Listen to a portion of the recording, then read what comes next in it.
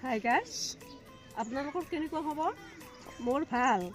আপোনালোকৰো আশা কৰোঁ ভাল।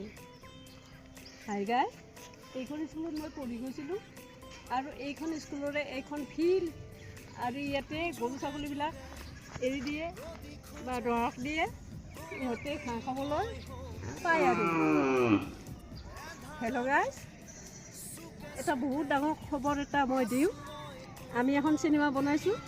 চিনেমাখন ৰিলিজ কৰিম খন্তেক পিছতে। সেই চিনেমাখনৰ লিংকটো দিম বাৰু, আপোনালোকে যাতে ছাপোৰ্ট কৰে। এই চিনেমাখনক আগুৱাই নিবলৈ আপোনালোকক অনুৰোধ জনালোঁ।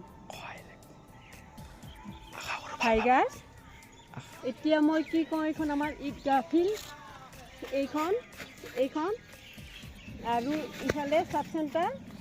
এইটো আমাৰ মানে এনেকুৱা ধুনীয়া এটা পৰিৱেশত মই আছোঁ। সেইখন আমাৰ ঘৰ, সেইখন দোকান। গতিকে আপোনালোকে কেনে পালে সেইটো মোক জনাব।